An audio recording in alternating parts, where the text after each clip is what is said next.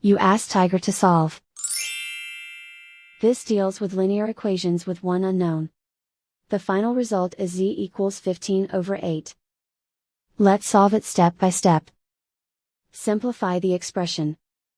Expand the parentheses. Simplify the arithmetic. Expand the parentheses.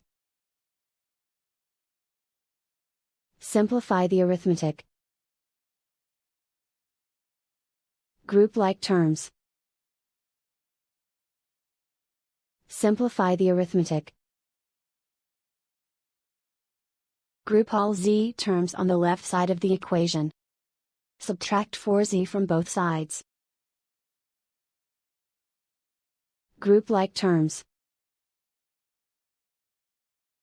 Simplify the arithmetic.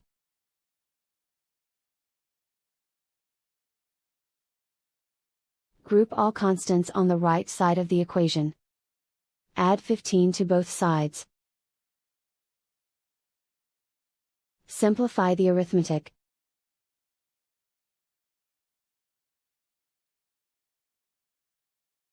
Isolate the z. Divide both sides by 8.